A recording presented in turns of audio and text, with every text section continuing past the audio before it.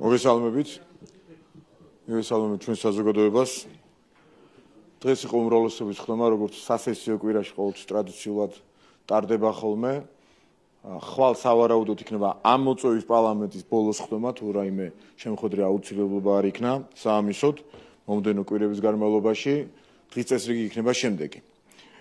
ძირითადი საკითხები იქნება უზენაეს სასამართლოს მოსამართლის არჩევა. ხვალ უკვე საქართველოს პარლამენტი მიიღებს და ძალაში შევა ამნისტია, რომელთაც 1000-ზე მეტი პატიმარი დაუყოვნებლივ დატოვებს საპატიმროს, ხოლო 5000-ზე მეტ პატიმარს პერიოდულად სხვადასხვა ეტაპზე დროთა განმავლობაში შეეხებათ ეს ამნისტია და დატოვებენ ისინი საპატიმროებს. და ასევე ხვალ საბოლოოდ მესამე მოსმენით საქართველოს პარლამენტი მიიღებს ოჯახური ღირებულებების შესახებ კანონს, ეგრეთ წოდებულ ანტი-LGBT პროპაგანდის კანონს და ჩვენ კიდევ ერთ ნაბიჯს გადავდგავთ LGBT პროპაგანდის წინააღმდეგ ბრძოლის საქმეში, ხოლო მას შემდეგ რაც საქართველოს ხელისუფლება, მოქმედი ხელისუფლება, მმართველი პარტია ამ შემთხვევაში მიიღებს საკონსტიტუციო უმრავლესობას, ჩვენ ვზადვართ ეს საკითხი კონსტიტუციაში დავსახოთ. ასევე დღევანდელ დღეს მინდა მადლობა გადაუხადო უმრავლესობის თითოეულ წევრს, რომლებმაც 4 წლის განმავლობაში უპრეცედენტო ერთობა აჩვენეს და ემსახურეს თავის ქვეყანას, ემსახურნენ თავის ქვეყანას და ასევე დღევანდელ დღეს მინდა ყველა სტუდენტს და ყველა მოსწავლეს მიულოცოს სწავლის დაწყება და უსურვო ბედნიერი მომავალი, განვითარება, წინსვლა, ბევრი კარგი და ბედნიერი დღე თითოეულ მათგანს. ახლა დაველოდებით თქვენს კითხვებს. მოგესალმებით ტელეკომპანია იმედი ნინი მაისურაძე. პირველ რიგში გკითხავთ ბიზნა ივანიშვილის განცხადებაზე, რომელიც გორში გაკეთა მოსახლეობასთან, სადაც ოსებთან შერიგების კონტექსტში მშვიდობის მნიშვნელობაზე ისაუბრა. ეს განცხადება 2 დღე არის ოპოზიციის სპეკულაციის საგანი გახდა. რა იყო მართველი მუდის მთავარი სათქმანი და არსი და რის წარმოჩენას ცდილობს ახლა ოპოზიცია? ჩვენი გმირები შეეწინნენ ერთიანი საქართველოს იდეას. და ამ იდეის აღსრულებას ჭირდება დიდი შერიგება.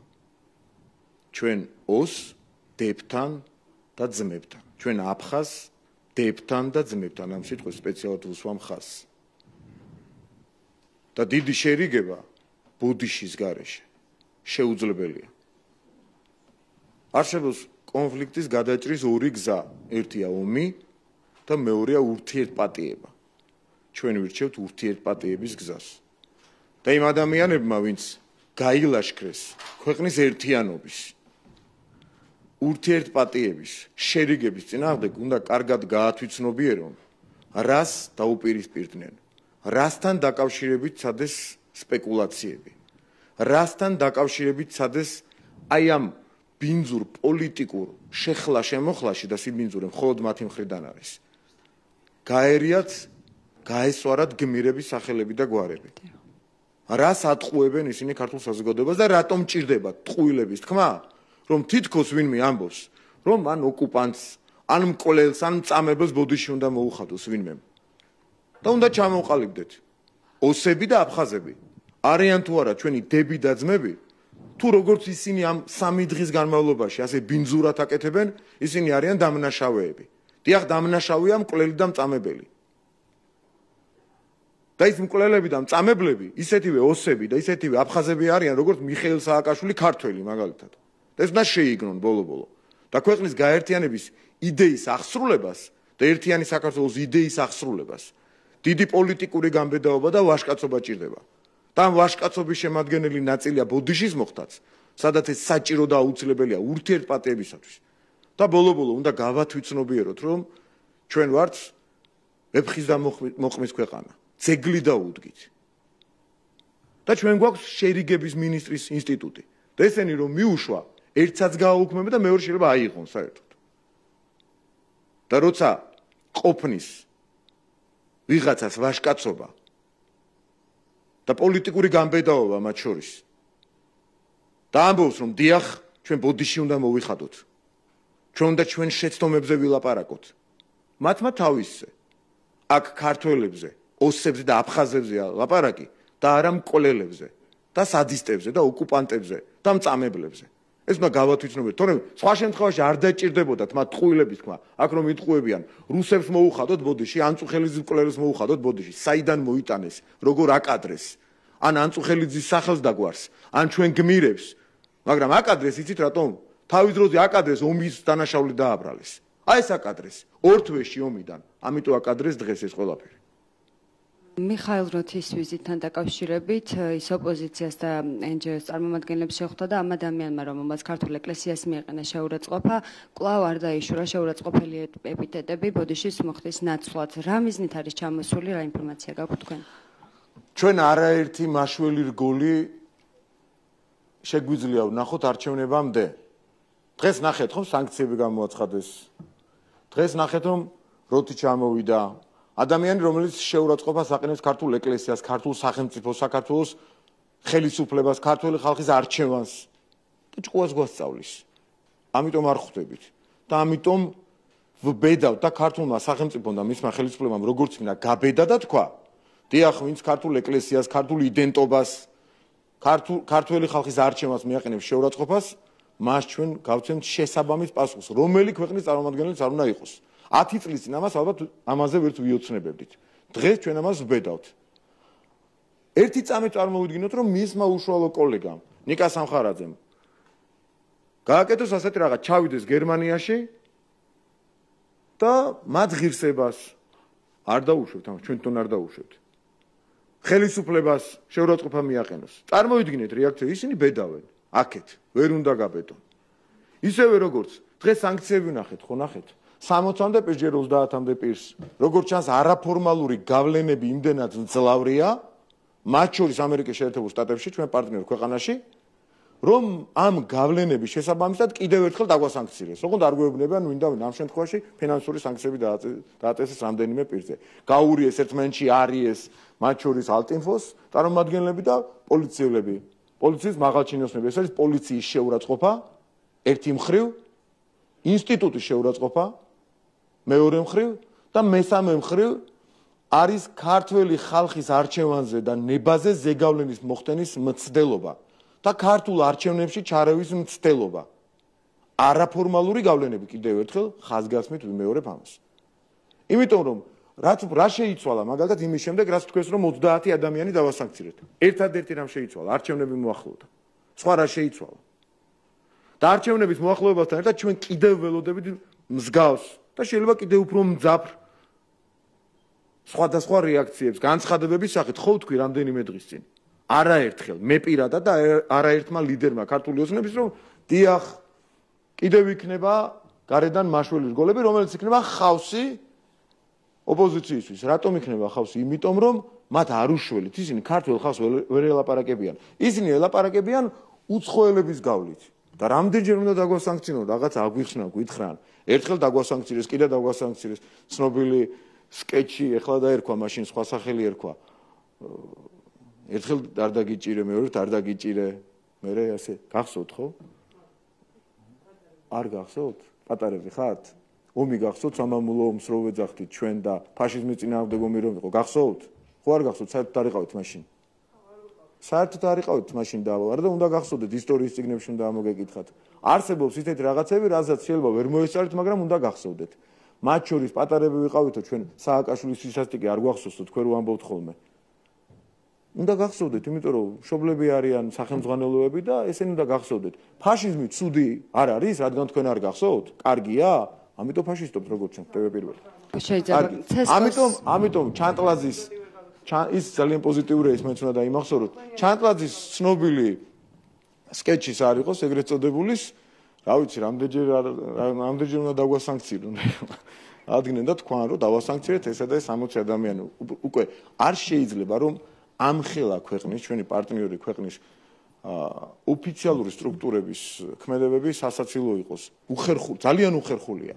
ეს ჩვენ ზიანს ვეღარ გვაყენებს. გაცდა ეს რაღაცა მოქმედებები. ზიანს აყენებს ამერიკის შეერთებული შტატების რეპუტაციას საქართველოში და ძალით რატო აკეთებენ ამას? რას ეხვეწებიან აქედან ისეც რომ ვერაფერს ვერ ვაკეთებთო, ჩვენი ოპოზიცია იხვეწება აგენტურა. და იქნება ახლა დაასანქციროთ შემდეგ ორ კვირაში კიდე რაღაც ოღონდ ქართულმა ხალხმა უნდა იცოდეს რომ ასეთი სასაცილო გადაწყვეტილებები სამწუხაროდ ამეთქმა რომ მიწევს, მართლა უწუხარ ამეთქმა რომ მიწევს, იმიტომ რომ ეს აზიანებს თავად სანქციის დამწესებას და აღქმებს მასთან დაკავშირებულს საქართველოში.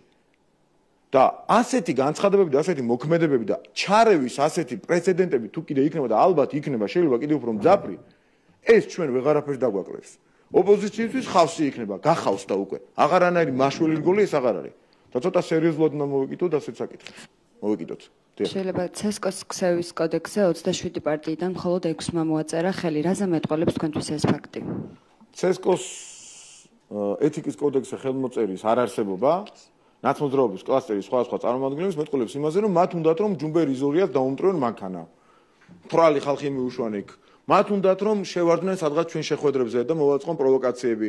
მათ უნდათ რომ დააზიანონ ბანერები, სხვათა შორის დღეს დააზიანეს ჩვენი ერთი ბანერი და მინდა ვაუწყო, რომ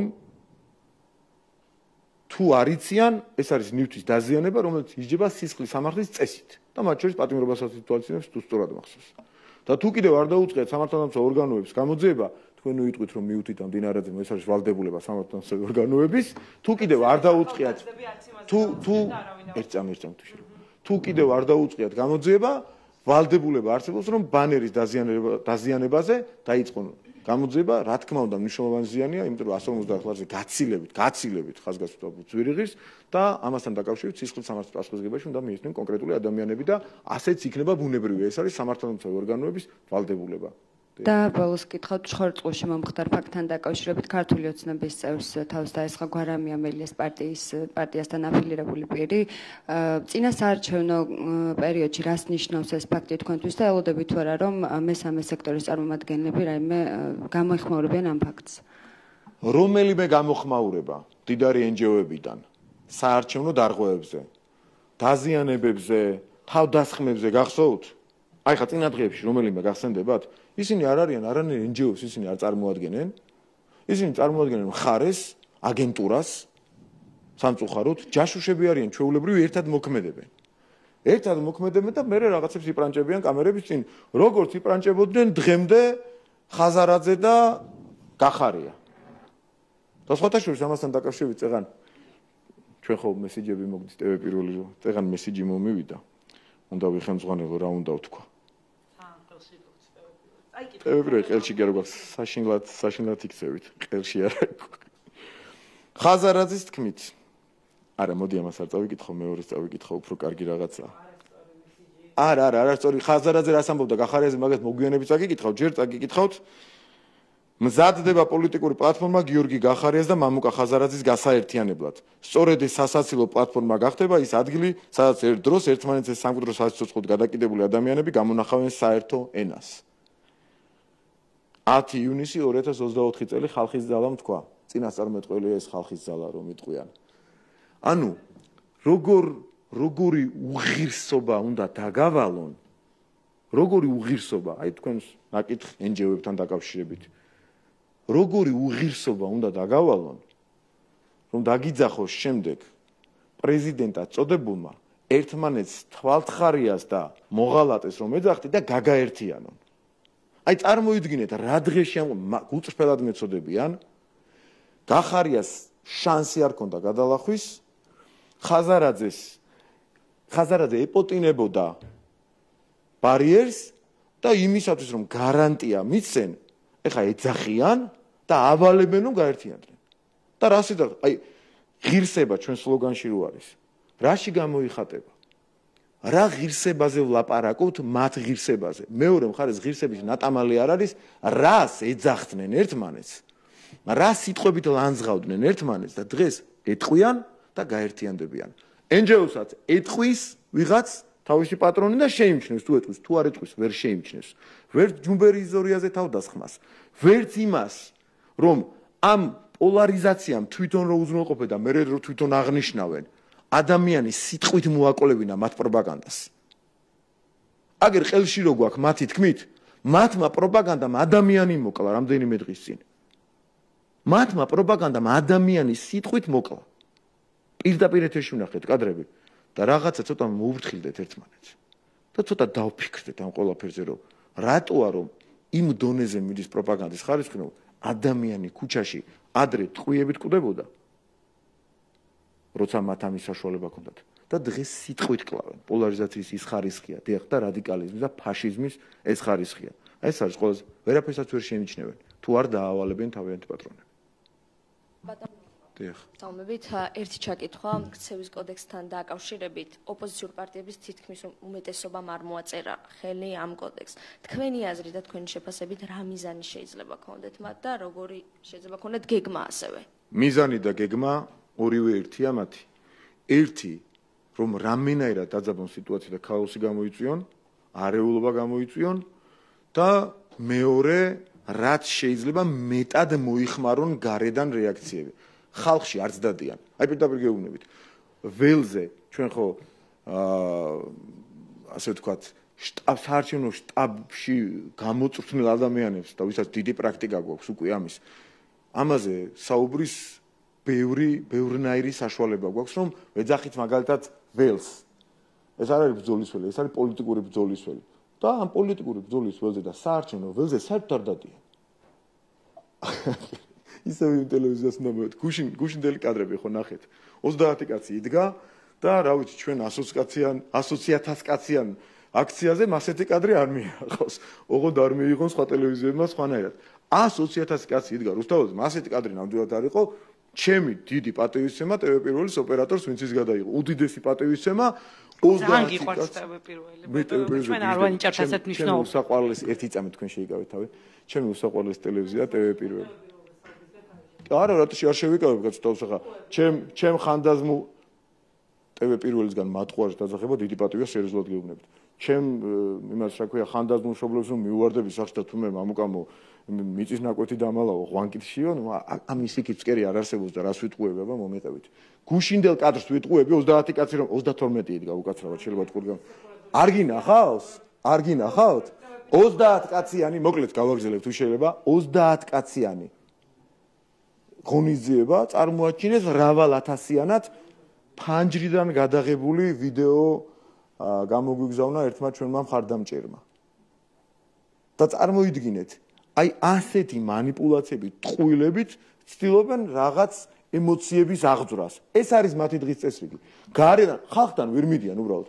გარედან ეხმარებიან, ერთადერთი რაც კი ხელში იარაღი საარჩევნო კუთხით.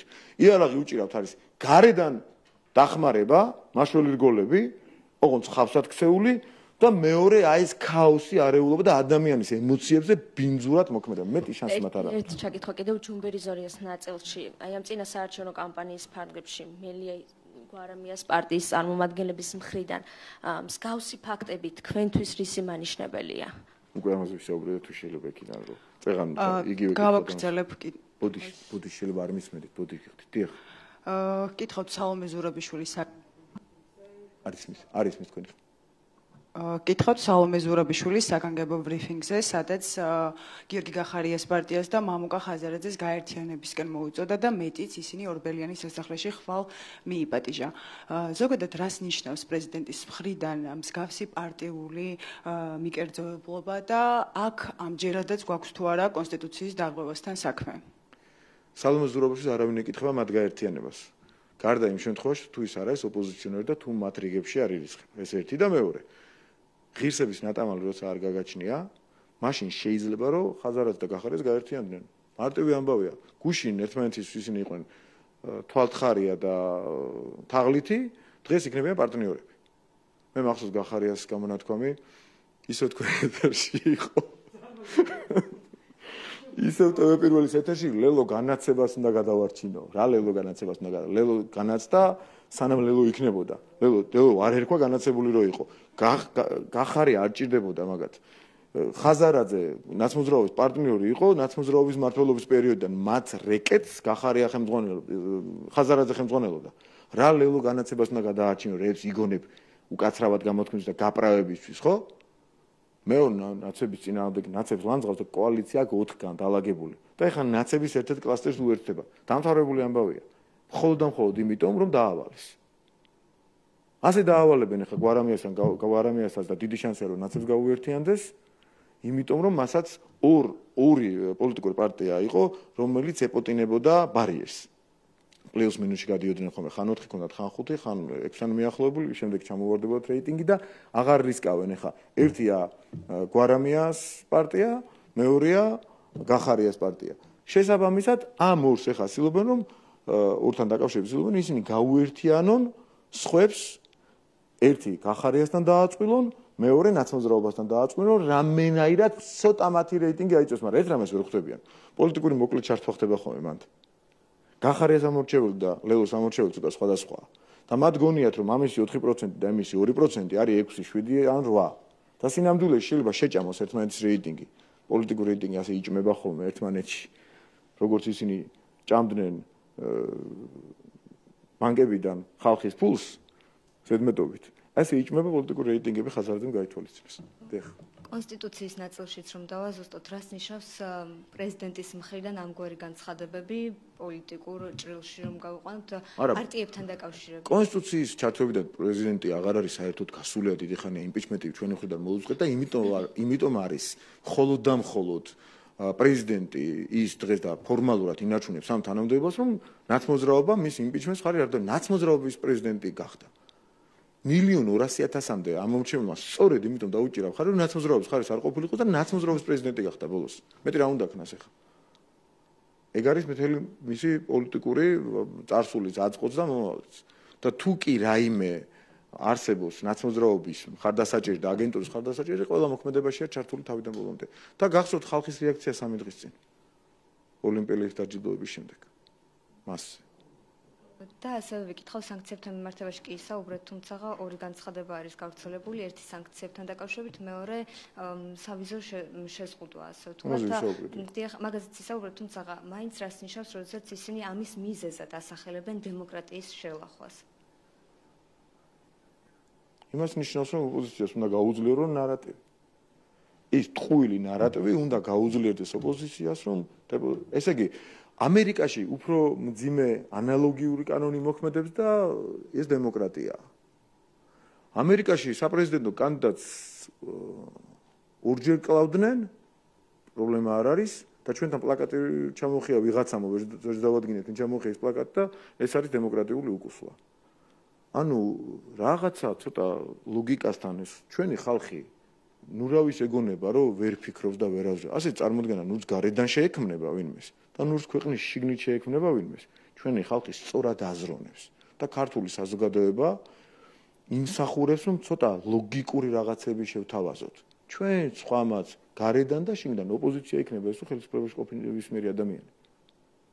როცა საქართველოს პოლარიზაციაზე მელაპარაკები ვიღაცა პლაკატი აახია საშინელება ხდებაო და ამერიკის შეერთებული შტატების პრეზიდენტობის კანდიდატს ორჯერ მკვლელობის მსვლელობა კანდიდატის ორჯერ მკვლელობის მსვლელობა იყო.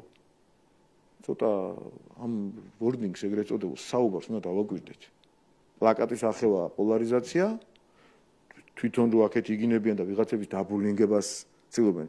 ბოლოს მოინდომეს ლაშა ტალახაძე და გენო პეტრიაშვილის დაბულინგება. აზრი აღარ ეკითხება უკვე ხალხს ისე დღეში არიან. ჩვენ ხო დაგვაბულინგეს თავის შუქით. ახლა ამათ აბულინგებენ. პოლარიზაციას ალაგებენ თვითონ და მე საყვედურობენ პოლარიზაციას და არ გამოვეს ჩვენი დაბულინგება. შარშან მაგალითად ნაცმოძრაობის სამივე ტელევიზიამ გაავრცელა ვიღაც უკრაინაში მებრძოლებიო თითქოს. და ამ დროს ის კიევთან ტყეში რო გადიან და დაიხატავენ რაღაცებს და გვემუქრებიან იქიდან. ასეთმა ორმა ადამიანმა შეუწყობა მომაყენა ტელეფონში მესიჯის სახით და ორივეს დაუბრუნა პასუხი. უფრო ხისტის სხვათაშორის. ორივე გაუშვეს. წელს ერთი 50 ადამიანი დაორგანიზებს, ვისაც მივწვდი, ყველას პასუხი გავეცი, ერთი აღარ გამოუქვეყნებიათ. ხვდებით ხომ მიზეს? არ გამოვა ჩვენი დაბულინგება ეს. იქიდან არ მოსულართ. იმ ხალხს არ გავართ სადარბაზოებში რომ იმალებოდნენ ხოლმე თავის დროზე. სხვათაშორის ესე შემიძლია თავისუფლად თქვა და იციან რასაც ლაპარაკობ.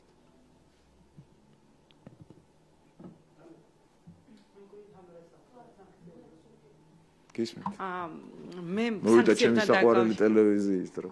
პირველი თქვენი საყვარელი ტელევიზია. რა თქმა უნდა, უსაყვარლესი. კი, დღეს იმდენჯერ ახსენეთ, რომ უკვე ეჭვი აღარ მეპარება, რომ ეჭვი აღარ მეპარება, რომ თქვენი საყვარელი ტელევიზია. კარგია, რომ ხშირად გვიყურებთ ბატონო მამუკა, კარგია, საინტერესო ამბებს გაიგებთ. ბოდიში გიორგი გრძელიშვილია, მაგაში დამნაშავე ეს მიყრის ხოლმე თქვენს ნიუსებს, თორემ მე საერთოდ ვიყურებ. გიორგი გრძელიშვილს ტელეპიროს უნდა უყურონ, საინტერესო ამბებს გაიგებთ. ბატონო მამუკა, სანქციებთან დაკავშირებით გითხავთ, მეც მაინტერესებს აი უმრავლესობის ხდომაზე თუ იმსჯერეთ ან ისაუბრეთ ამ თემაზე, თუ აინტერესებთ თქვენს თანაგუნდელებს, ვინ არიან აი გულწრფელად ხო, გულწრფელად სიცოცხლით ვაგებ პასუხს ეხლა რასაც გეტყვით.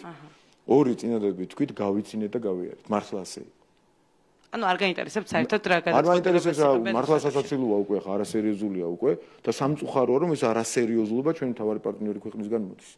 არასერიოზულია უკვე და მართლა გულწრფელად გეუბნებით მე უბრალოდ ცნობის სახით ვუთხარი უმრავლესობის წევრებს გაგვეცინა და გადავედით სხვა თემას. და აქვე მინდა რომ გკითხოთ თქვენ ისაუბრეთ ბანერის ჩამოხევასთან დაკავშირებით და მითითებას არ ვაძლევთ ეს დანაშაული არის. ჩამოხევა ну დაზიანება ხო? შევასწავლებ ბოდიში. დაზიანებასთან დაკავშირებით და მითითებას არ ვაძლევთ და ეს დანაშაული არისო. ხო, ეს თქვით. აი ნაცემ ახალგაზრდებს სადარბაზოებზეც საუბრობდით და ნაცემ ახალგაზრდებზე თქვენი კოლეგები რომ ცემეს არ ჩამოვთვლი ხო სახელებს გემახსოვრებათ აქციების დროს და ასისხლიანეს მათ შორის კაცარავაც და არაერთი ახალგაზრდა სადარბაზოებთან დახვდა. ყველა დანაშაულია კი. როდის მე მოგიწოდებიათ საგამოძიებო უწყებისთვის რომ ერთი ადამიანი მაინც დაიკავებინათ, იდენტიფიცირება მოახდინა. არც ერთი ადამიანი არ არის იდენტიფიცირებული და პასუხისგებაში მიცემული. ნახეთ? დიახ. ახლავე თქვენ თვალწინ, რადგან მაგ ცოტა დაგვიანებული ხომ არ არის? შეიძლება დაგვიანებულია, მაგრამ შევს გვიან ვიდრე არასდროს. ყველა დანაშაულის გახსნისკენ მოუწოდებ სამართალდამცავ ორგანოებს, ყველას.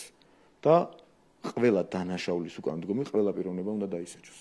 აი ახლა მოუწოდებ თქვენი გვიან შეხსენებული საპასუხოდ არ არის პრობლემა. მანამდე არ გაგჩენიათ ეს სურვილი. ნაცემი ლევან ხაბეიშვილი რომ ნახეთ ასისხლიანებული კაცარავა, ალეკო ელისაშვილი და ასე შემდეგ სხვაებიც. ძველი ისინი ალეკო ელისაშვილის განსაკუთრებული სიმპათია მაქვს და ცალკე უნდა გამეკეთებინა განცხადება ეს შევწთი ამაში. თქვენი კოლეგა იყო და ცემეს სასაცილო მე მგონი არ არის რა ვიცი სასაცილო. არა, ჩემი კოლეგა რომ მომეპარა ვირთხასავი და დამარტყა იმაზე რატო არ ლაპარაკ, რატო არ დაგმეთ. რა იცით ბატონო მამუკარა გავაკეთეთ. ერთ კაცს ბატონო მამუკარა. გავაკეთეთ, სად გააკეთეთ აბა? რა მე რა უნდა გავაკეთე ხო? ჩემსგან ელოდებით და გმობას რამეს? სკეჩ ერთ წამნაცობ ხე. სკეჩებს აკეთებდით ამაზე. ამ მადაბიოს სხვა მიმართულებით გადაგყავთ ხო თქვენ საუბარი. სხვა მიმართულებით კი არ გადამყავს კაცო, ნამდვილად ლაპარაკებით. რადგან თქვენ ახსენეთ და მაიძულეთ ამ თემაზე ხო არ ლაპარაკ ხო გვერდსრული მაქსიმალურად, იმიტომ რომ პოლიტიკოსი ვარ დღეს და რაღაც ბიჭურად საუბარი ამ თემაზე არ გამომივა, ხო? შესაბამისად აი ხა კიდე ერთხელ თქვენ გამხელთ, როგორც ეხა რამდენიმეჯერ გავაკეთეთ და გეტკინა ძალიან. ამასთან თქვენგან არაფერი იკითხება არ ინერვიულოთ. სკეჩები გადიოდა, სკეჩები. ამ ვირთხულ თავდასხმაზე გადიოდა სკეჩები. მეტი რა გითხრათ? იუმორისტულ გადაცემაში გიორგი ჩამიგდო ის. გადიოდა სკეჩები. და ქონდა 27 ლაიკი და ამ 27 ლაიქის აკეთებდი სკეჩებს. ისეთ დაბიო პიარ საწარმოებდა რა. ძალიან სწრაფი ყოფილა გიორგი თუ ისე სწრაფად გავიგოთ რომ მხოლოდ და მისი მონიტორინგის სამსახურის მაგრად მუშაობს ხოთაშურის. წარმატებები. მადლობა. არაფერს. ნახვამდის.